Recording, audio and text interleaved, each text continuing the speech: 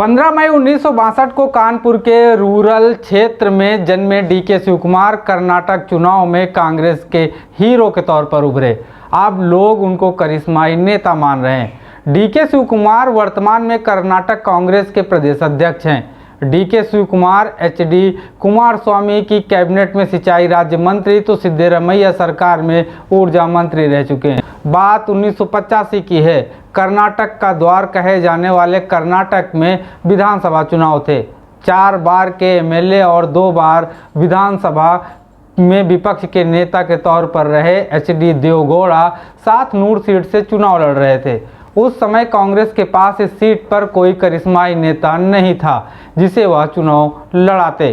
कांग्रेस ने निर्णय लिया और एचडी देवगौड़ा के सामने 23 साल के नौजवान लड़के को चुनाव पर खड़ा कर दिया। ना कोई राजनीतिक अनुभव और ना कोई जानी मानी हस्ती। इसके बावजूद भी 23 साल के नौजवान ने एचडी देवगौड़ा को कड़ी टक्कर दी। हालांकि 15,000 वोटों से वह चुनाव हार गया। हार के बावजूद भी नौजवान का ऑरा बड़े नेताओं के बीच बढ़ गया। ये लड़का कोई और नहीं डीके शिवकुमार थे, जो आज अब कांग्रेस के नए संकट मोचक बन गए। 2023 के कर्नाटक चुनाव में कांग्रेस ने 135 सीटें जीती, जिसमें सबसे बड़ा चेहरा डीके शिवकुमार का माना जा रहा है। रिजल्ट आने के बाद से उनकी ही चर्चा है। मैन ऑफ द कर्नाटक कहे जाने वाले 60 साल के डीके शिवकुमार न्यूज़ मेकर व किंग मेकर बन चुके हैं। अब डीके शिवकुमार मुख्यमंत्री बनने की रेस में सबसे आगे हैं। हालांकि अभी ये तय होना बाकी है कि कर्नाटक की कमान कांग्रेस किसके हाथ में सौंपेगी। पहला चुनाव हारने वाले डीके शिवकुमार कांग्रेस के हीरो कैसे बने, 80 के दशक में यानी इंदिरा शासन के दौर पर नज़र डालनी होगी। इसके लिए 1979 का साल था जब कर्नाटक के पहले मुख्यमंत्री देवराज उर्स की इंदिरा गांधी के साथ अनबन हो गई। देवराज पार्टी से अलग हो गए, जिससे कांग्रेस टूट गई और कांग्रेस का अधिकाधिक यंग कैडर देवराज के पाले में चला गया। उस वक्त डीके शिवकुमार कॉलेज में पढ़ रहे थे और यूथ कांग्रेस के मेंबर भी थे। यूनियन को टूटने से बचाने के लिए कांग्रेस ने डीके शिवकुमार को लोकल यूनिट डेवलप करने की कमान सौंप दी। डीके स्टूडेंट यूनियन के सेक्रेटरी बन गए। इसी पद के साथ डीके शिवकुमार का कद और कांग्रेस में पैठ दोनों बढ़ गई। तकरीबन 6 साल बाद ही 1985 के चुनाव में कांग्रेस ने एचडी देवगौड़ा के सामने डीके शिवकुमार को उतार दिया। माना जाता है यहीं से डीके शिवकुमार और एचडी देवगौड़ा के बीच सियासी रंजिश की शुरुआत हो गई।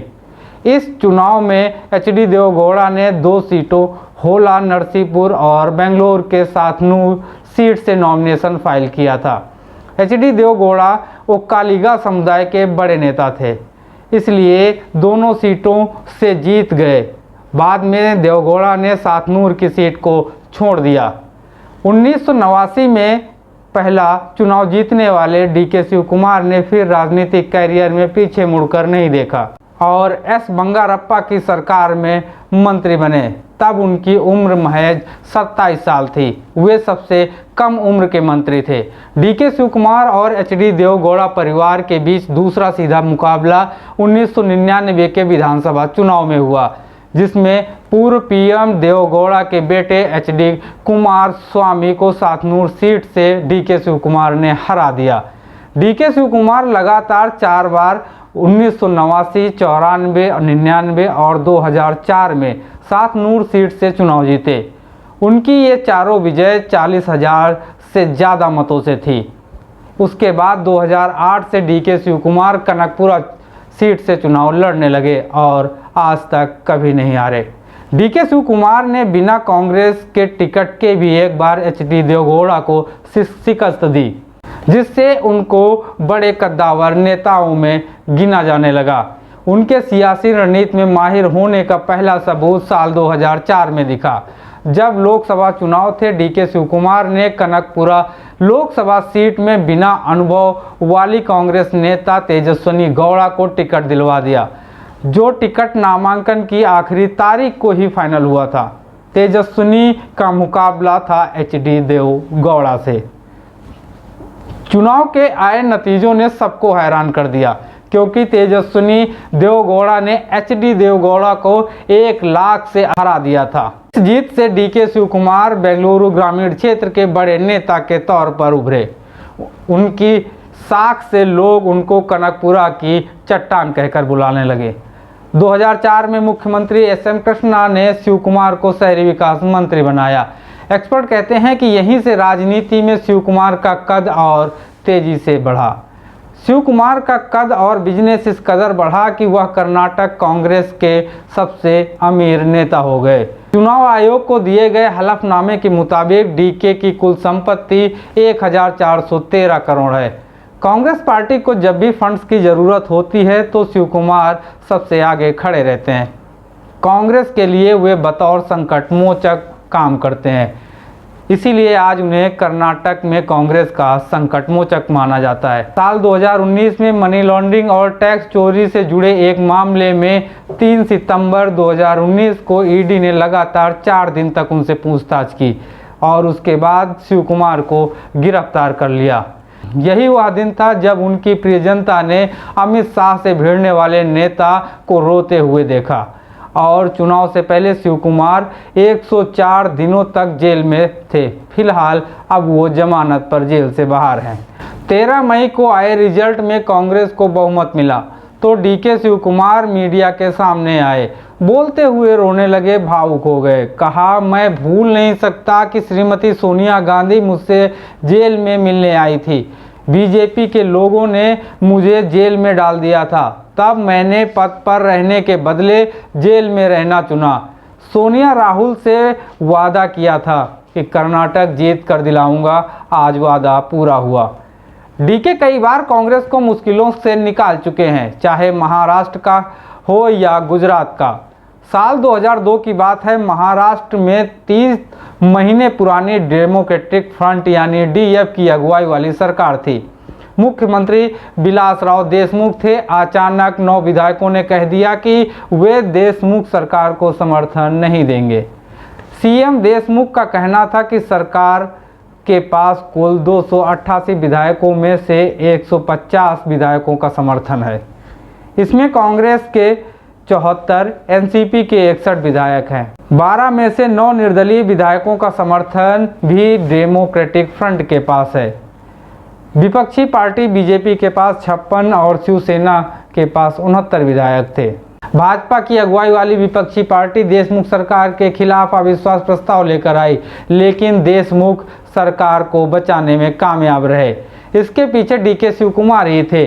वे महाराष्ट्र की राजनीति में एक्टिव थे। देशमुख सरकार संकट में आई तो 1 हफ्ते तक डीके शिव कुमार ने डेमोक्रेटिक फ्रंट के विधायकों को बेंगलुरु के अपने रिसोर्ट में रखा। इस तरह देशमुख सरकार बच गई। इसी तरह 2017 में गुजरात में भी डीके ने मास्टर स्ट्रोक खेला। सोनिया के बेहद करीबी रहे अहमद पटेल की राज्यसभा सीट दांव पर थी। कांग्रेस पार्टी ने कर्नाटक के सीएम सिद्धरमैया और प्रदेश अध्यक्ष जी परमेश्वर को साइडलाइन कर शिव कुमार को जिम्मेदारी दे दी और उनसे गुजरात के विधायकों की मेजबानी करने के लिए कहा।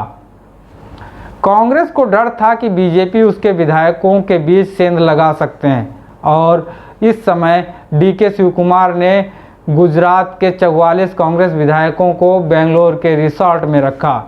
इससे अहमद पटेल चुनाव जीत गए। उन्होंने जीत का क्रेडिट डीके को दिया। राजनीतिक विश्लेषक मानते हैं कि डीके शिव कुमार यूं ही ईडी की रडार पर नहीं आए।